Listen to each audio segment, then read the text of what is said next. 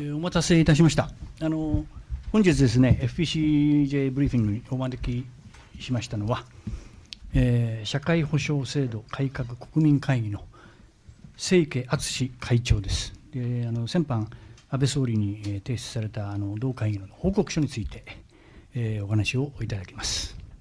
Well, thank you very much for waiting, ladies and gentlemen. At today's FPC briefing meeting, we have a lecturer who is a chairperson of the National Council on Social Security, Professor Atsushi Seike, who had just a while ago presented on behalf of the Council the report to Prime Minister Abe, who is going to brief us about that report. でSeike会長のですね、ご略歴についてはお配りした講師プロフィールをご覧いただきたいと思います。それから本日の通訳者はサイマルインターナショナル池田薫さんです。Professor Seike's bio has been distributed to you in writing already. Today's interpreter is Ms. Kaoru Ikeda from Simon International. でそれではですね、皆様の携帯電話、いつものようにマナーモードにしていただいて、始めたいと思いますが、今日は、一つだけアナウンスメントがあります。それはですね、今日のSeike先生のお話は英語でしていただくということになりましたので、よろしくお願いします。I ask that you will silence your cell phone, please, and let's hear our lecturer speak. But there's one announcement I would like to make to you today, which is a point that Professor Seike today will be speaking in English.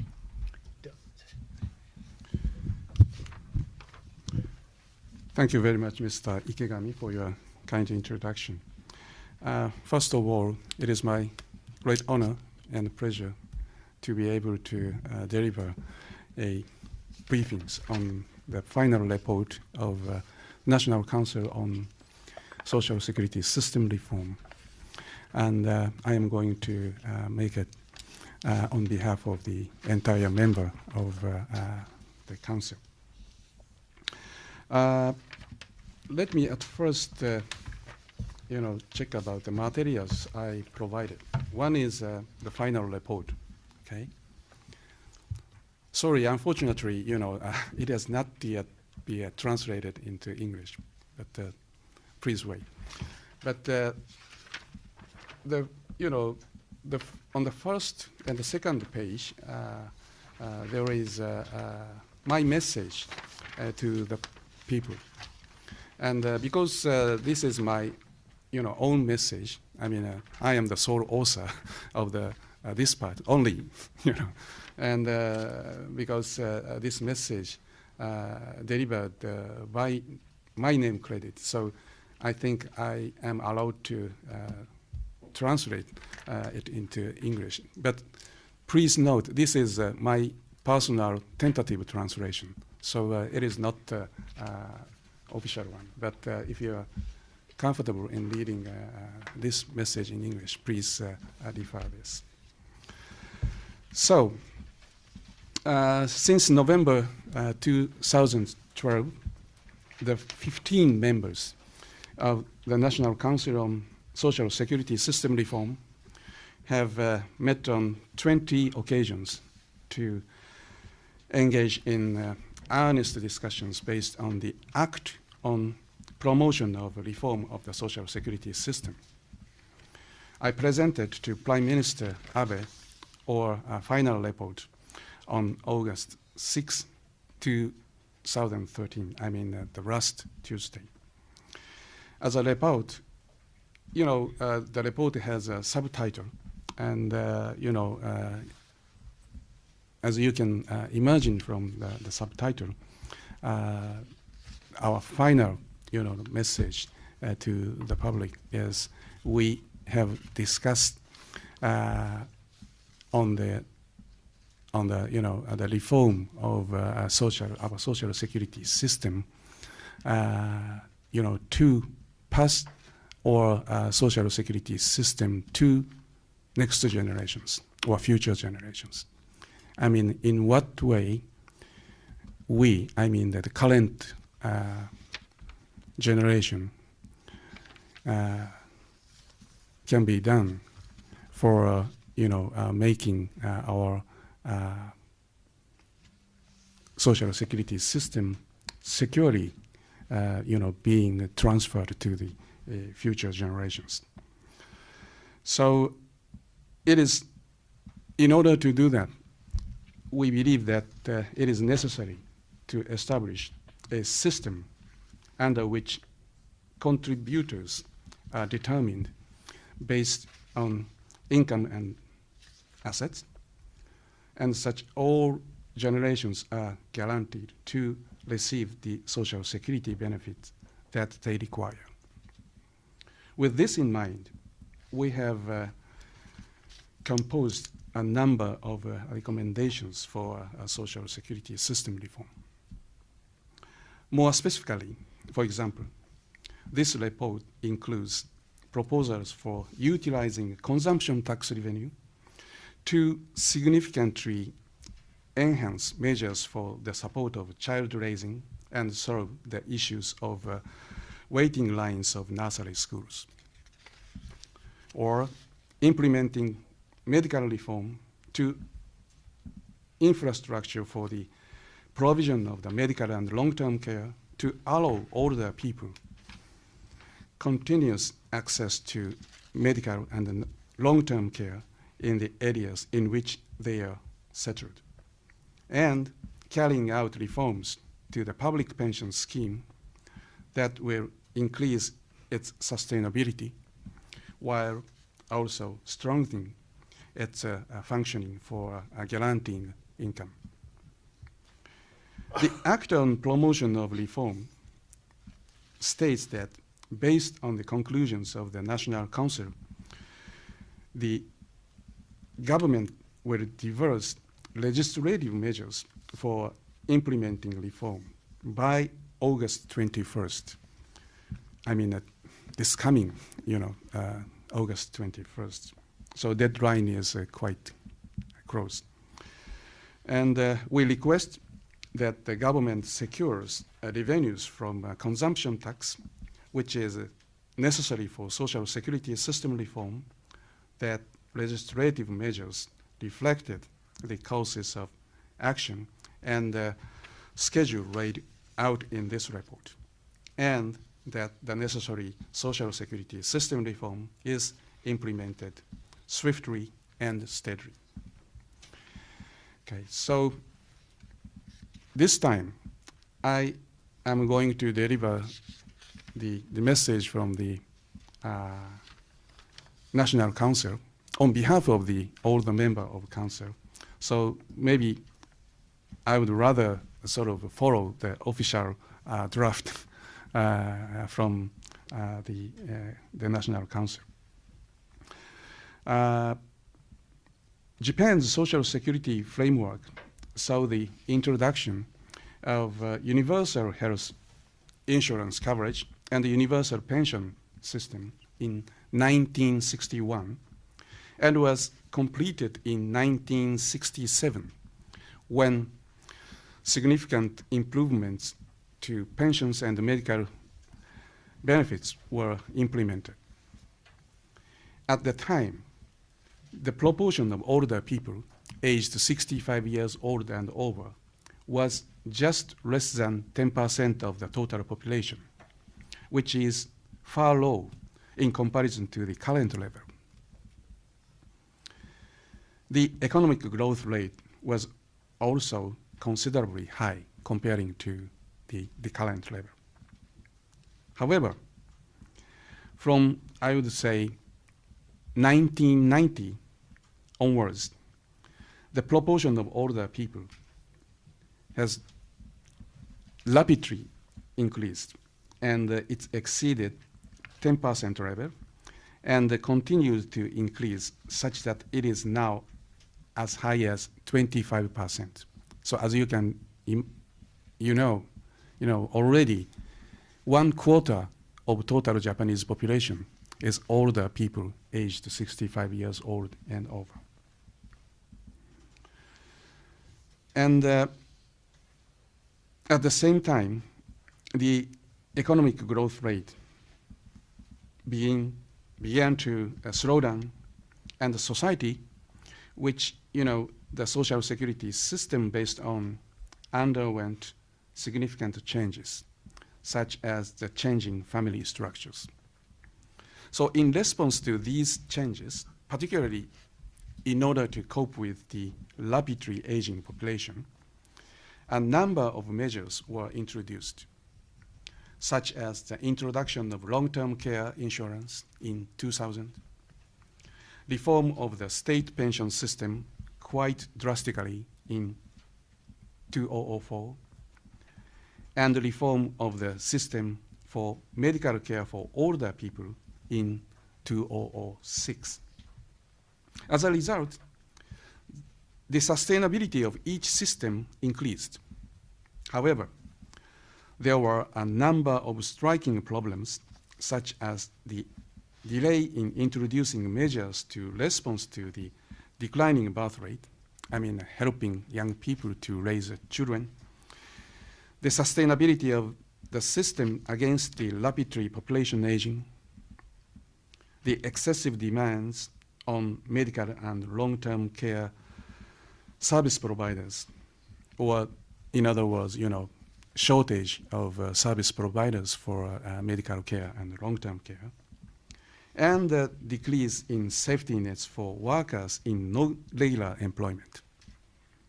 The system required more extensive reform. So in order to do this, the Fukuda cabinet, it was 2007, the former Fukuda cabinet of the Liberal Democratic Party established the National Council for Social Security. In fact, I chaired the sub-council on pensions and employment at that time, in which a number of specific recommendations for strengthening the functions of the social security system were proposed. A council established by also Aso cabinet just before the Japanese Democratic Party's administration.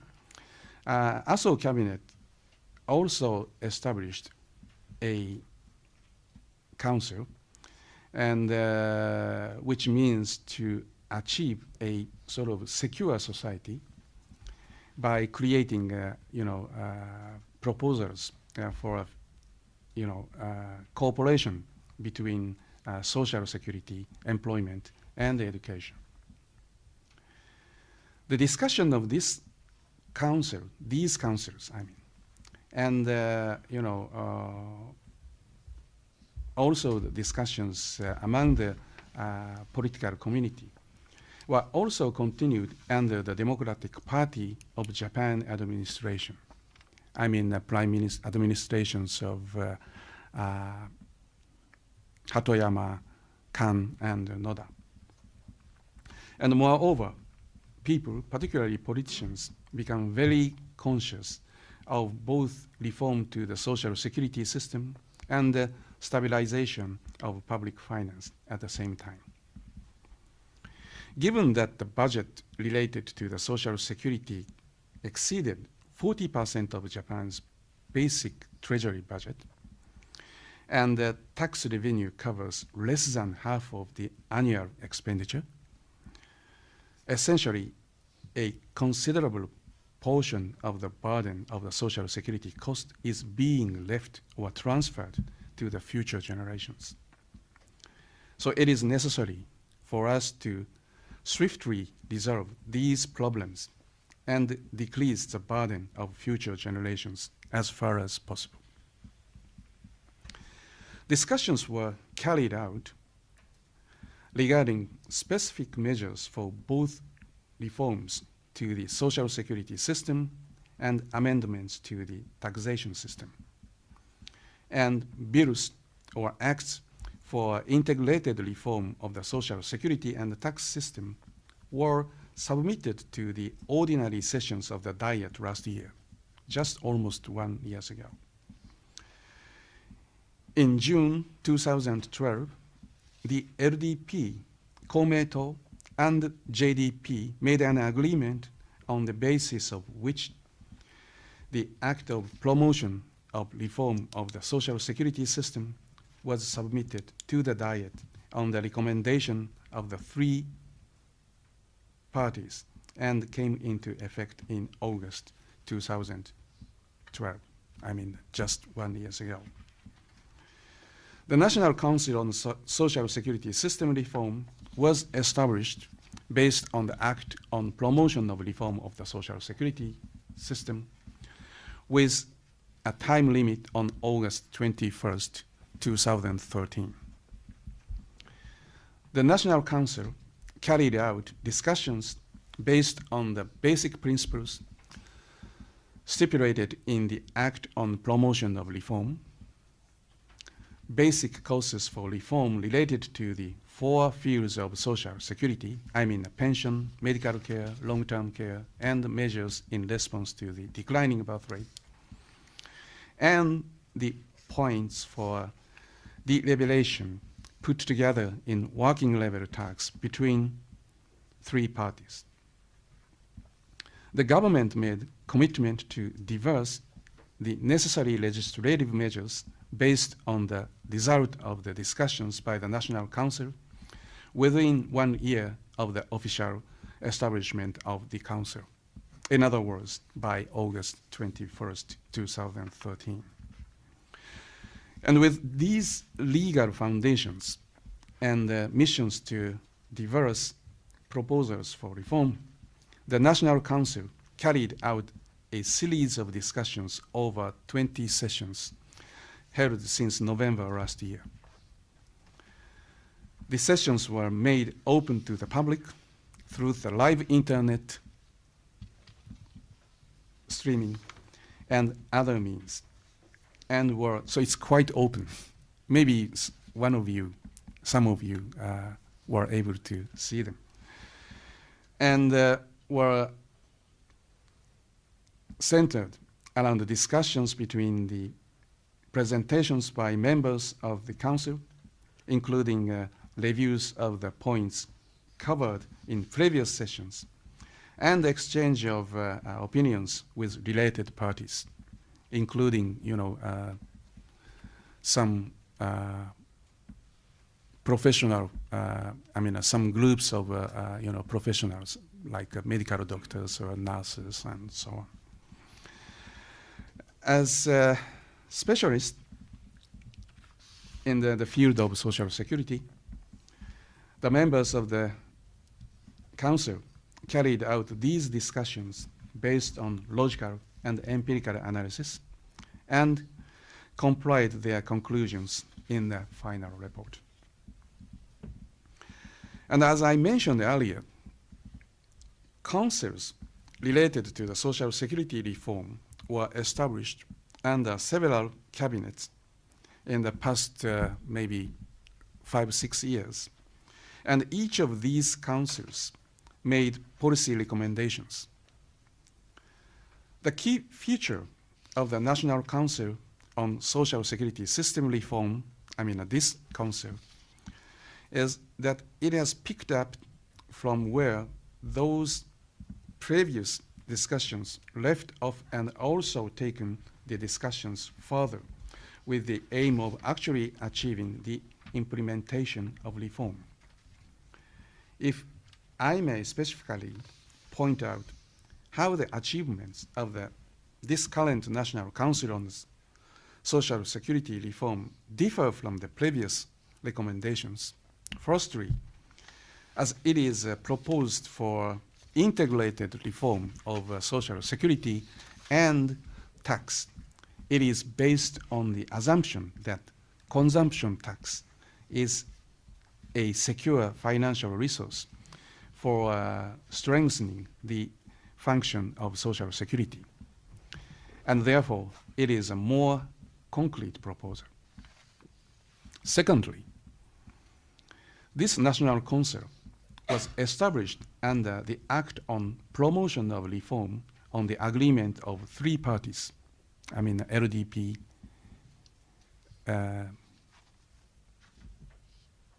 Democratic Party of Japan, and Komeito.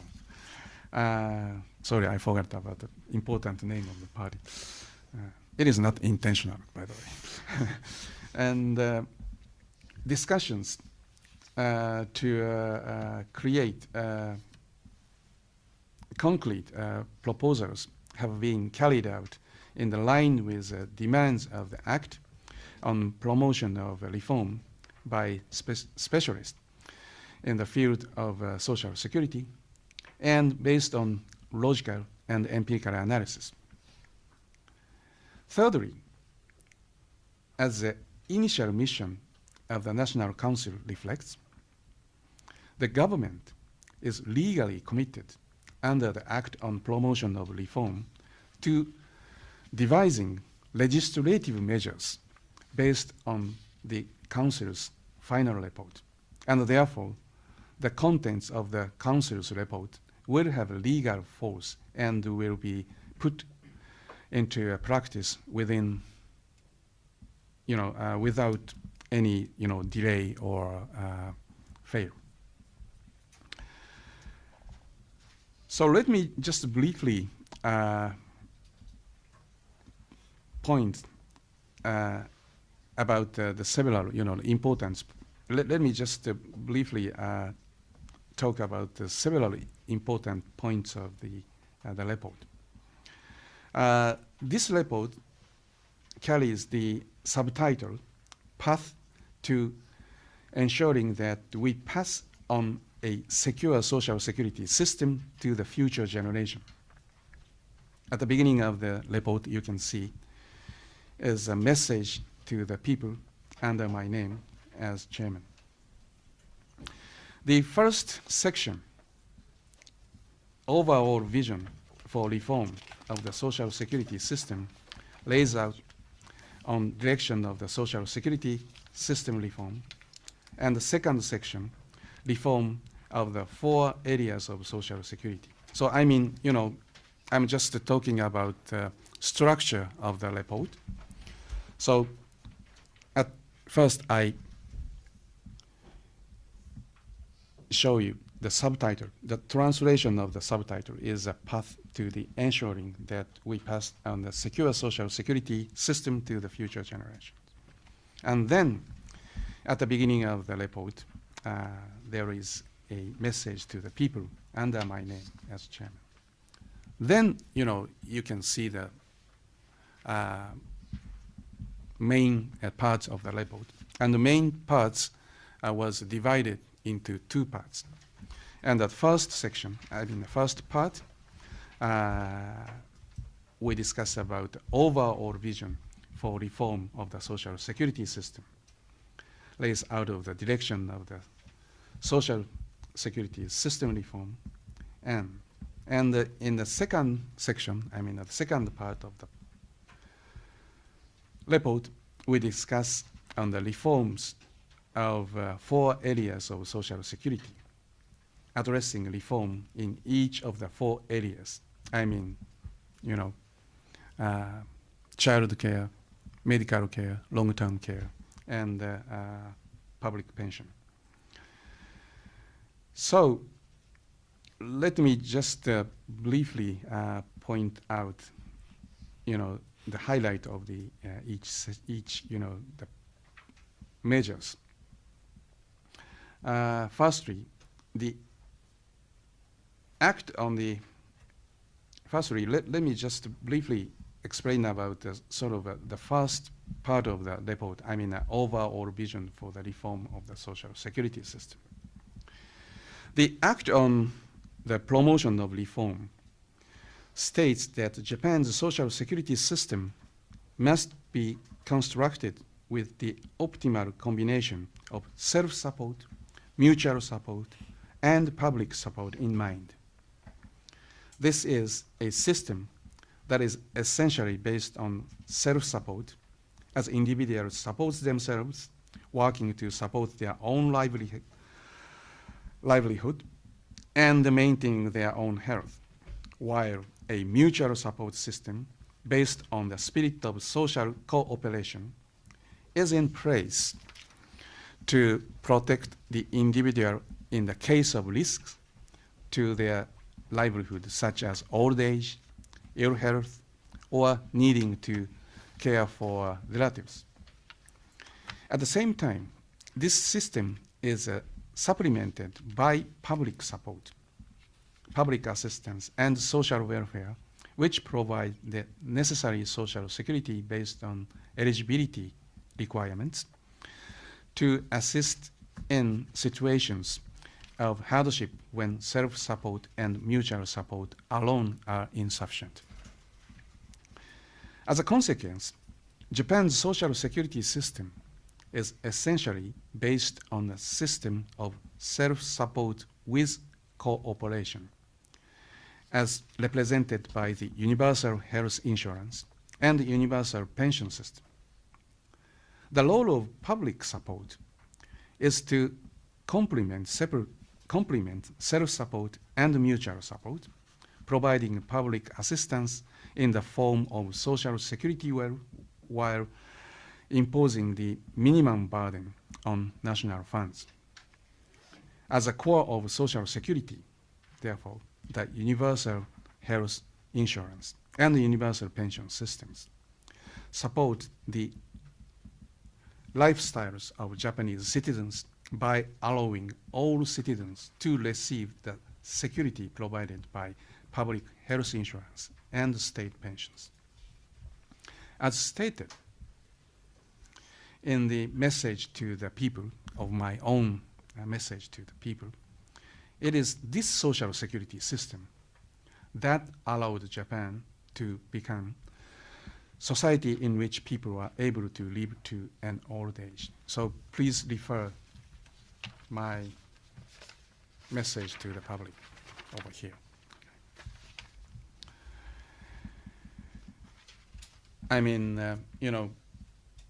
these, in fact, the Japanese social security system or social insurance system made Japanese society, which has one of the longest longevity in the world. So we would like to pass or transfer this, very important social security system or social mutual insurance system to future generations. The result of, this success of our social security system is, the aging population. And so result of this, aging population, that is that the sustainability of social security reform is, social security system itself is now at risk. So ironically, as a result of the success of our social security system, and it's made,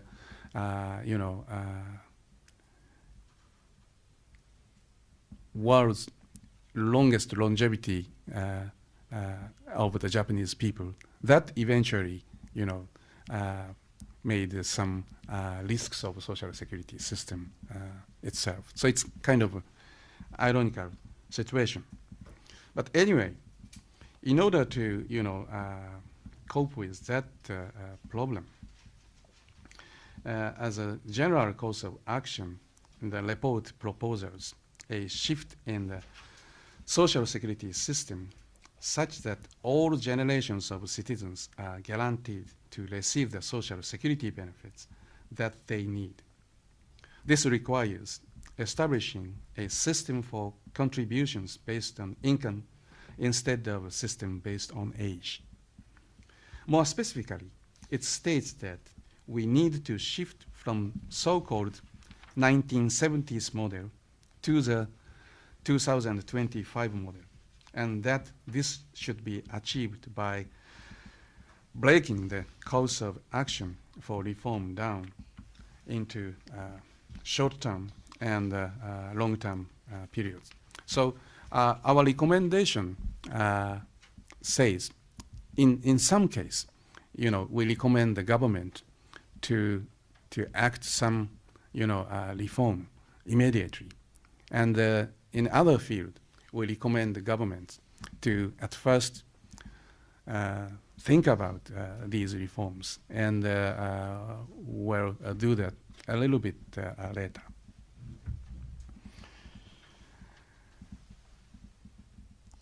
So let me just briefly tell you about concrete measures.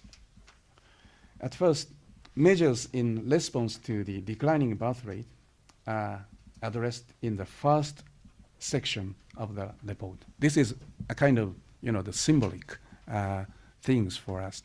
We put, these measures at the first section. And by doing that, we would like to deliver our message to the public, particularly young people. We put heavy weight on the helping young people, or helping people who are raising children. Anyway, measures in response to the declining birth rate are addressed in the first section of the report. And it is a historically significant step that within these proposals for the integrated reform, support for child raising is identified as an issue to address. New systems for child support and child raising support are proposed, and the guarantees of permanent financial resources have been determined. These issues regarding the declining birth rate affected the social security system as a whole. This is, a very historical, I think, event. 0.7 trillion yen has been guaranteed for, child care measures. This is a kind of epoch making for the history of Japanese child care measures. And the issues regarding the declining birth rate affect the social security system as a whole, and moreover, support for child raising is not only to support parents, children, and families, but also affects whether or not we can guarantee future generations to bear the burden of the social security budget and assist economic progress. Support for child raising is addressed in our report because it is necessary to recognize and address it as an investment that will allow us to create a future Japanese society in which each generation can hope and dream. For these reasons, proposals regarding measures in response to the declining birth rate have been laid out at the beginning of the report, as I just told you. The report also recommends utilizing consumption tax revenue to significantly enhance measures for the support of child raising and solve the issues of waiting list for nursery schools. Medical and long-term care was formerly focused on the medical treatment. I mean, in the past, or when our generation were relatively young, focused on the medical treatment for illness and injury, which was based on a system of full treatment provided by a doctor, or full treatment provided by a very, specific or specific doctor or specialist, providing emergency and life support treatment and ongoing treatment. That was, the treatment which we have had. So in the past, or when we have a relatively young population, the medical care focused on the sort of treatment to make patient full recovery from the illness or injury and return to the normal life. However, the current situation is something like which needs treatment.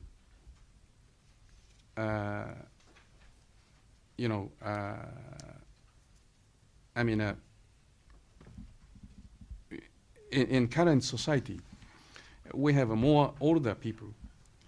So, with the increase in average life expectancy and medical treatment is focused on older patients. And older patients, characteristically require repeated treatment for, chronic illness or a treatment for multiple illness. So it is important for us to provide the means of maintaining and improving the quality of life while living with illness. I mean, you can't completely remove some illness or some, handicapped situations from older people. So older people need to live with illness or some, uncomfortable situations. So the important thing is we should focus on improving their quality of life rather than, curing them completely. So we need to shift the medical care system to a system of full treatment regionally, by which local regions as a whole treat and support the patient, allowing them to live in the region and a house, their own house that they are settled in while receiving treatment. In order to do this, it is essential that we establish a comprehensive regional care system that supports the lifestyle of a patient while they live in the region they are settled in through in-house care and other means. The report also recommends carrying out reform to both medical care provision system and medical insurance, such as transferring national health insurance operations to city and prefecture governments. From smaller city and town to prefecture governments. Measures regarding states' pensions start by emphasizing the importance of increasing the sustainability of the pension system, or improving the sustainability of the pension system by implementing a macroeconomic sliding scale or macroeconomic indexation system and other method. In addition, it also highlights the necessity of strengthening the functions of income support, such as employee pension eligibility for non-regular workers.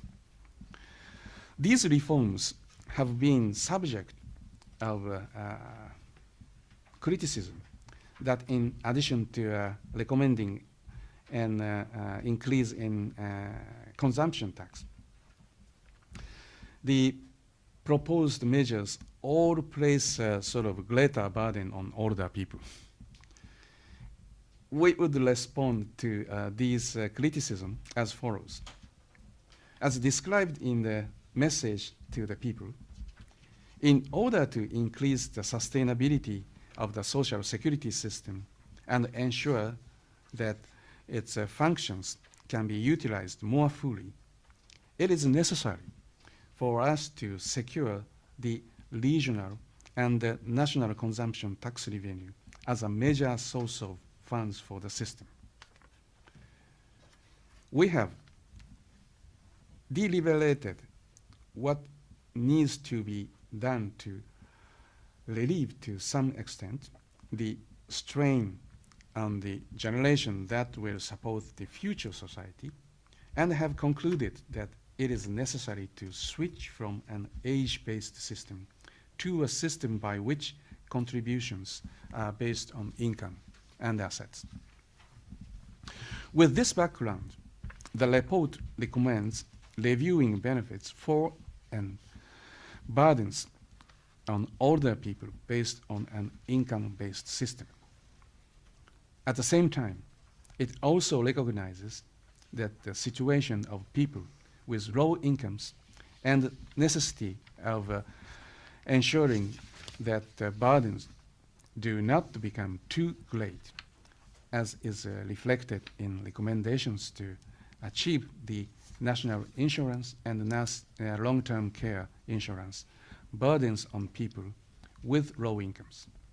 As a result, this does indeed mean that some older people with high incomes will have to bear the burden to some extent.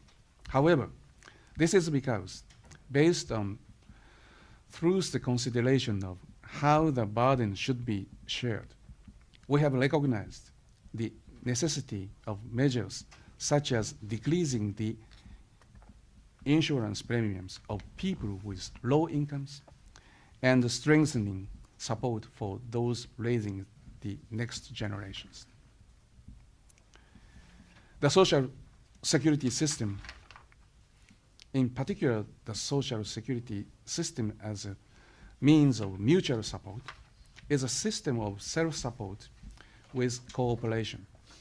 Essentially, this means a system by which individuals within a society are supported by society, such that the parent who is raising a child or a child who is nursing their parents receives support from the social insurance system. We often use the word burden when describing insurance premiums.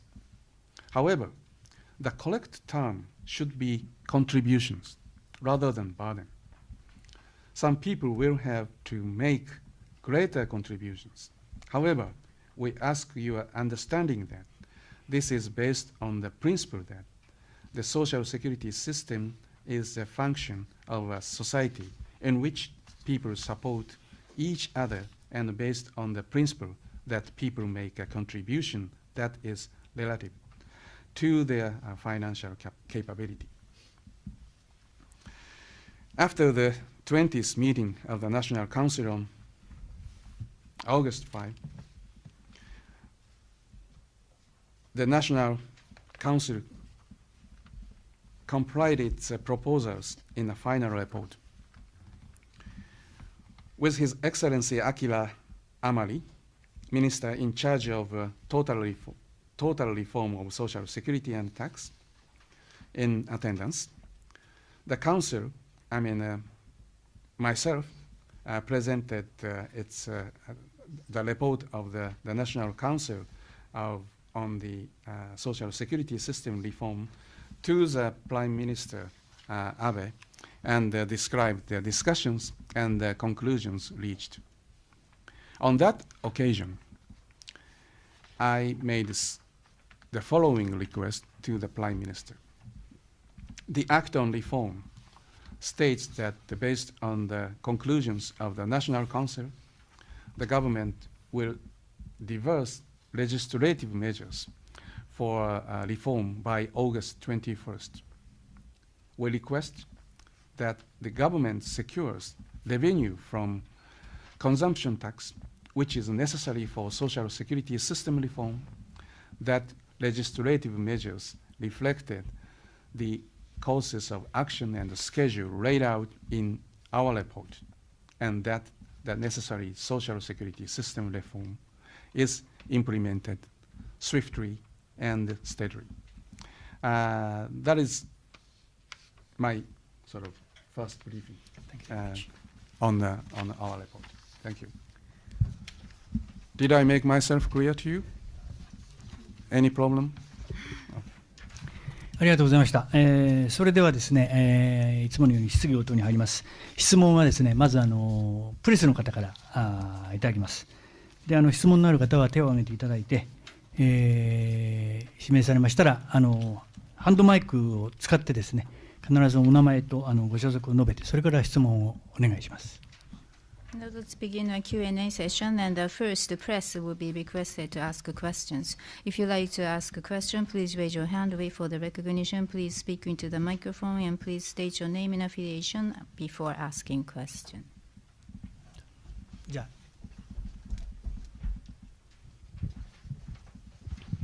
あ。Anthony Rowley, Singapore Business Times.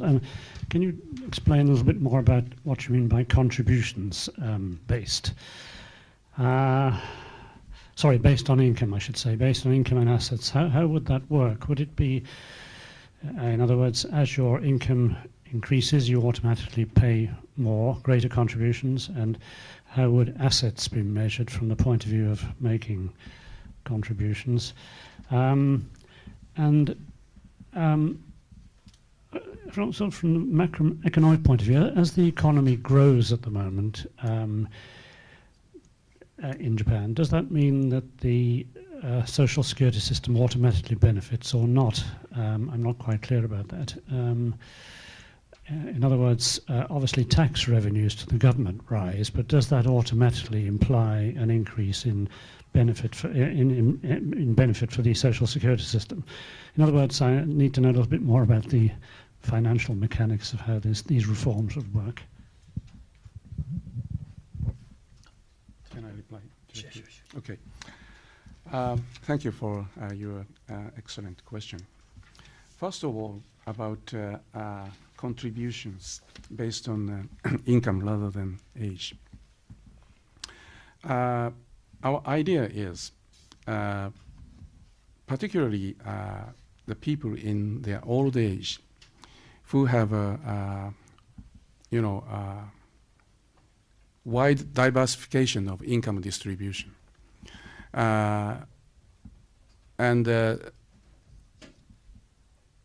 So far, these older people, even if they have a relatively high income,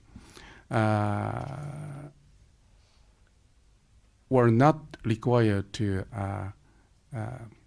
contribute or pay money for the social security system. One example is, are you familiar with out-of-pocket system for medical care services? I mean, if you go beyond age 70, usually, let me put it on this way. Our medical insurance system requires some portion of out-of-pocket when you see medical doctors. And usually, up until age 60, you have to pay 30% of a total cost of your medical care. But right now, if you exceed age 70, you only have to pay just 10% of out-of-pocket cost for your medical treatment. So we recommended that at least, the people who are going to over age 60 right now, or some limit days, should be required to pay 20%, not 30%, but 20% of out-of-pocket payment for the treatment. And I said based on income and asset. However, you're right, I mean, to some extent. It is not so terribly difficult for maybe the government to measure the income. Of course, there is some difficulty, but income can be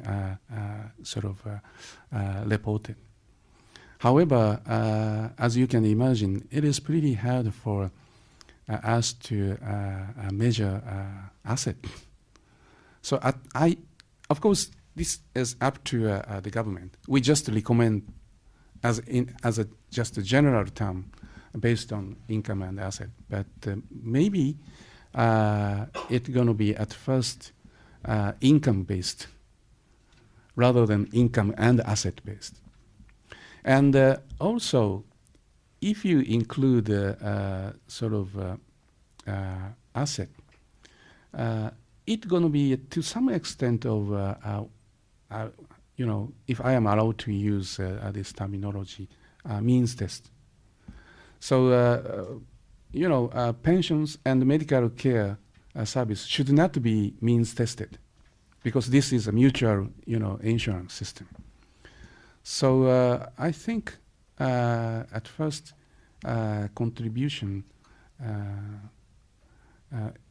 is going to be based on the income, particularly the income of older people. Your second question is pretty hard to answer. First of all, as I repeatedly emphasized, our proposal is based on the assumption that proposed raise of consumption tax will cover all the proposed the measures. So we strongly desire for the government to at first raise consumption tax as scheduled, and we also expect that our economy will not be declining sharply. Of course, no one knows the future situation of our economy, or even right now, government have not yet decided the real schedule of income taxes. So I am not in the position to speculate or to talk about the future situation of the revenues.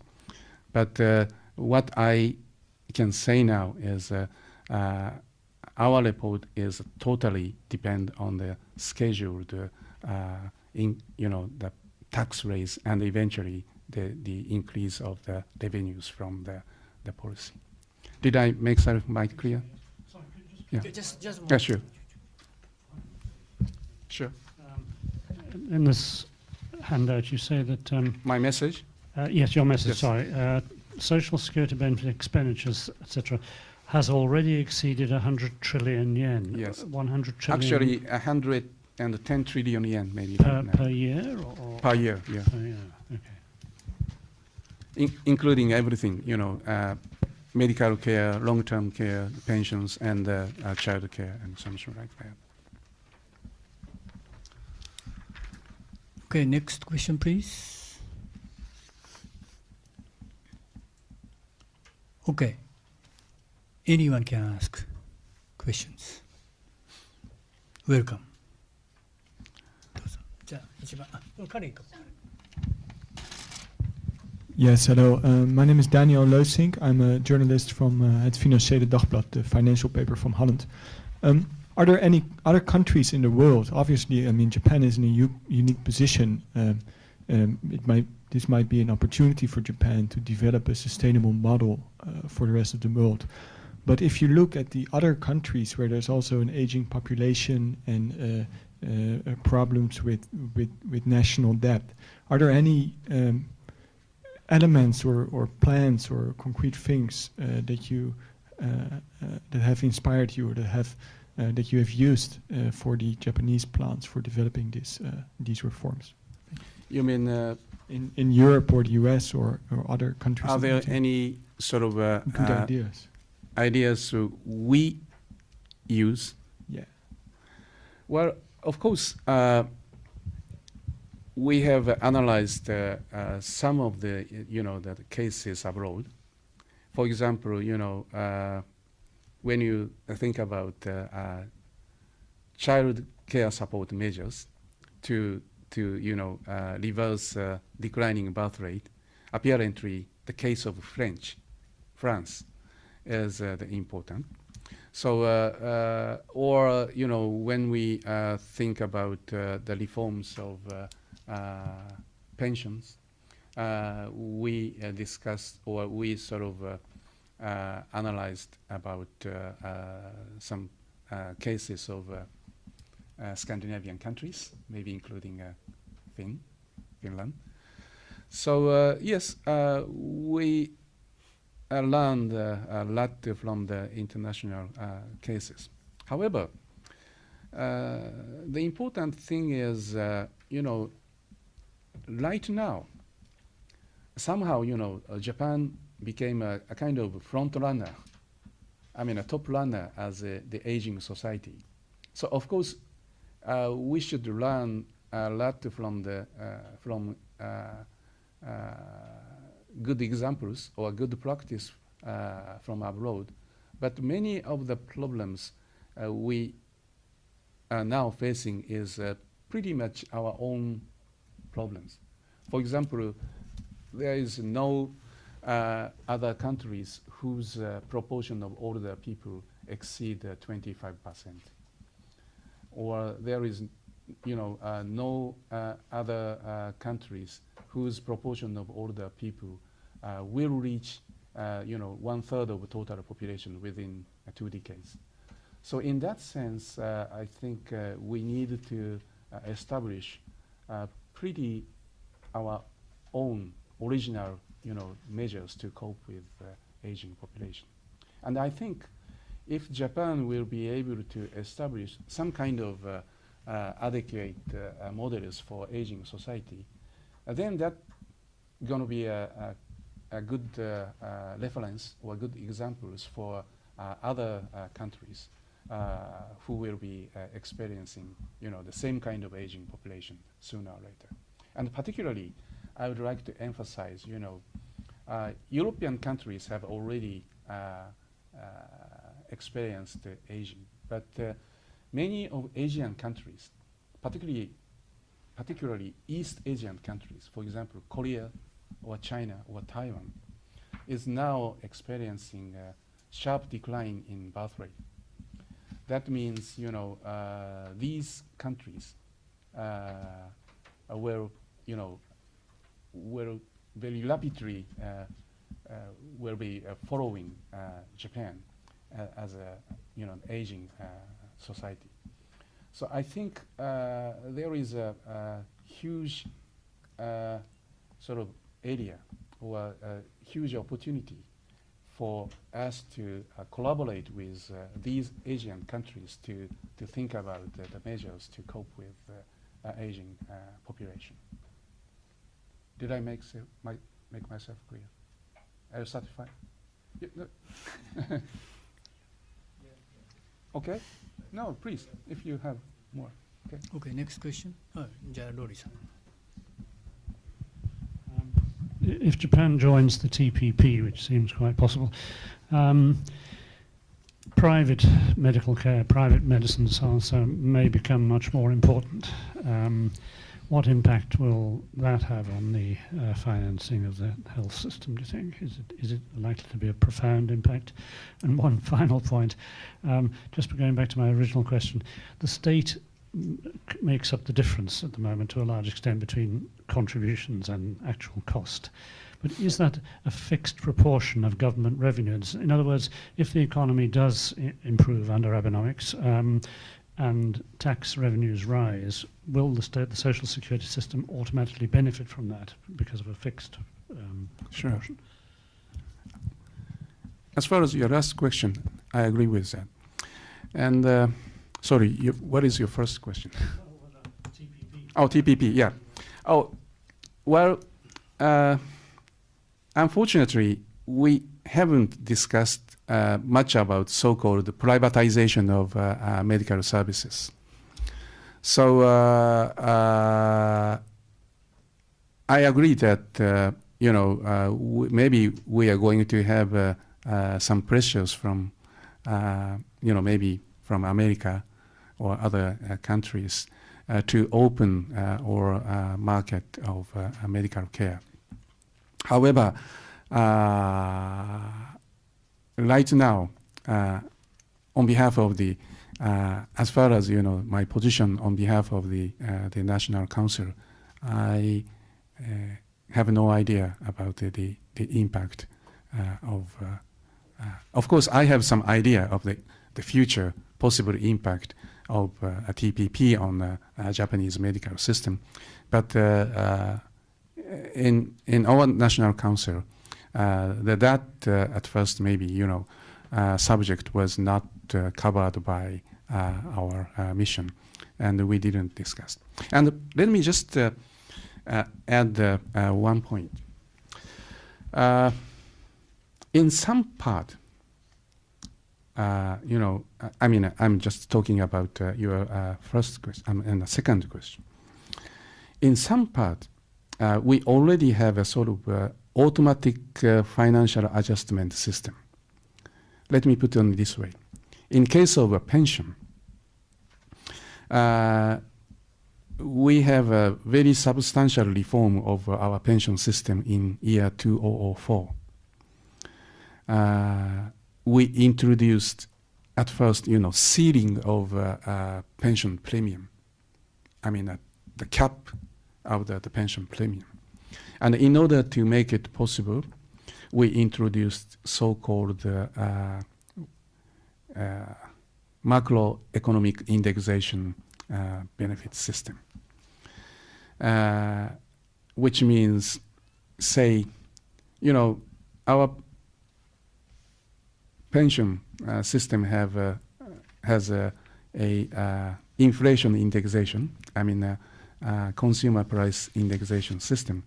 But say, for example, if you have 1% of consumer price increase, under macroeconomic indexation system, your benefit will be increased only by 0.1%. That means your benefit will be reduced by 0.9% in real term. So by using these measures, as far as the pension system is concerned, we already have a sort of automatic adjustment system. So in that sense, there is no benefit or loss concerning to the change of economic structure. Of course, we appreciate economic growth, and we appreciate unexpected revenue increase. But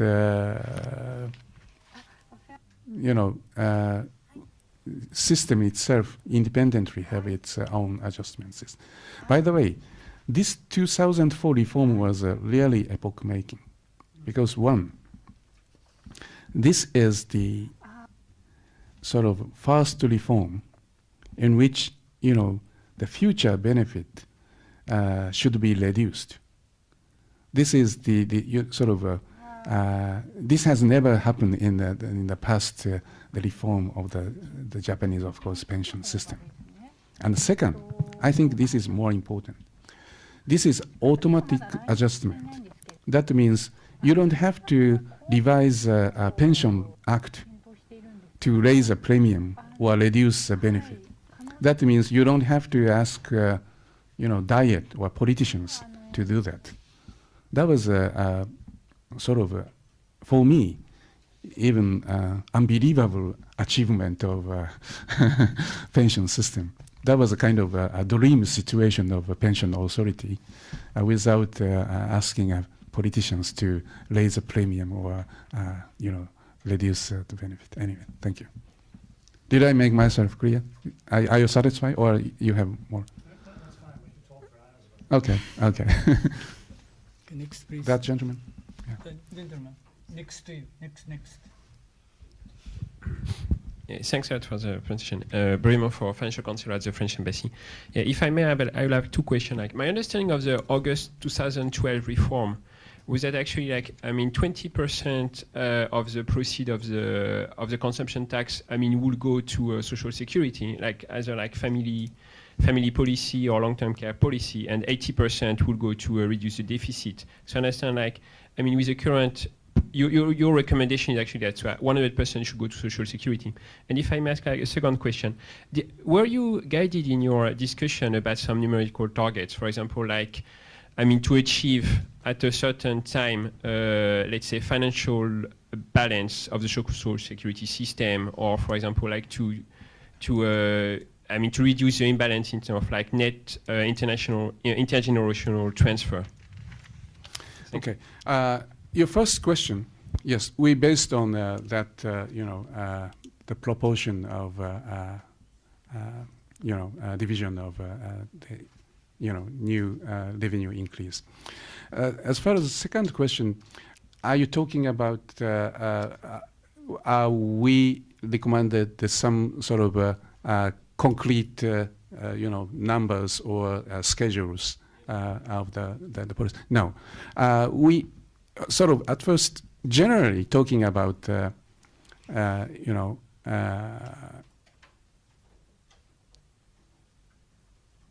about the schedule or some, numbers. As far as the schedule is concerned, in some policies, for example, we are recommending that our national health insurance system should be transferred from, a municipal government-based to prefectural government-based by the next revision of medical care system and so on. So in some part, we gave some specific deadline or schedule. But in many cases, we said the government should swiftly do that one. Or for some case, government should consider these things in middle and long term or something like that. And as far as numbers or the size of budget or something like that, we did not recommend any kind of concrete number. But for example, there are some examples. For example, as I told you, we recommended that out-of-pocket payment for the people over between 70 to 74 should be, raised from 10% to 20%. That is some number, but it's not just amount of money. Okay, thank you. Okay, if this were usual press briefing with English interpretation, we have already spent more than 2 hours, so this would be the last question. All right? Go ahead. Okay, thank you very much. Actually, Japan spent 110 trillion yen for Social Security every year, and every year it's increasing by 1 trillion more. More than 1 trillion. More than 1 trillion. Yeah, yeah. What do you think is the figure in 2020? And maybe if I like another questions, I understand your recommendations are, for example, elderly people should pay more for her health insurance in the future. What about doctors? What about hospitals? What about the pharma industry? Should they pay more too? Okay, let me. 2020年にそのなんだっけ社会保障給付いくらになる？2025年度で150兆円ぐらい。150兆円ですよね。Okay. For your first question, we do not have an exact number for 2020, but for 2025, we assume that it's going to be 150 trillion yen. 150. Okay. And excuse me, would you repeat your second question, please? Your recommendations is, especially, for example, for elderly people, they should pay more for health insurance and for long-term care insurance. And my question is, what about hospitals? What about doctors? What about pharma industry? I mean, the reaction of these industries? No, her contribution for reform of social security system. Have you some recommendations for private hospitals, for doctors, for the pharma industry, or can they continue as before? You mean these doctors or hospitals pay some? No, I cost know. So far, as I know, 80% of the hospitals in Japan are private-run hospitals. Yes. So they make a big business. Yes. And they can continue with this big business as before? Well, okay.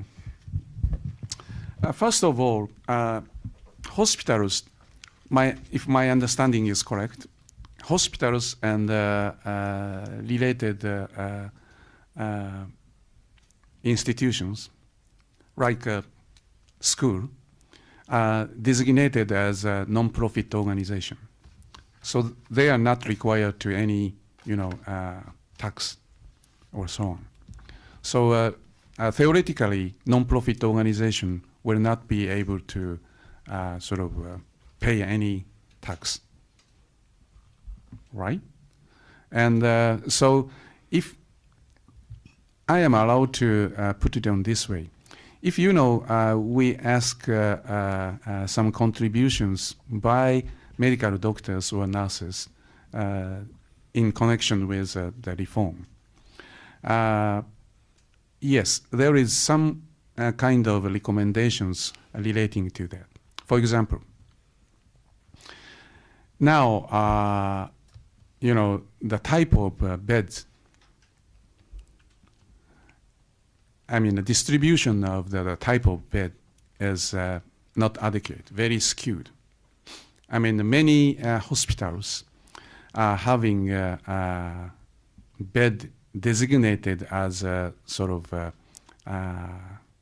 intensive care beds, which, the medical institution can get higher, more money from the insurance system. However, as I told you, older people needs not high intensive care. They need more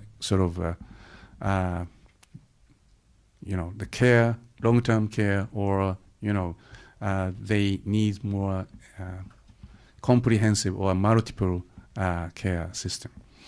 So we recommended that prefectural government will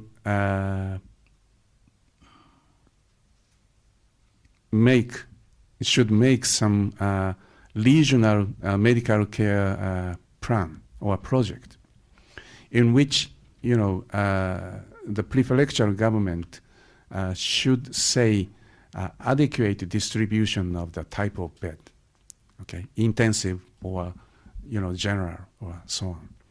And if this ideal distribution of the type of bed is different from, usually that is the case, different from the actual distribution of the type of bed in one region, then the prefectural government ask medical institutions to shift the type of beds, for example, from intensive care beds to general or normal care type of beds.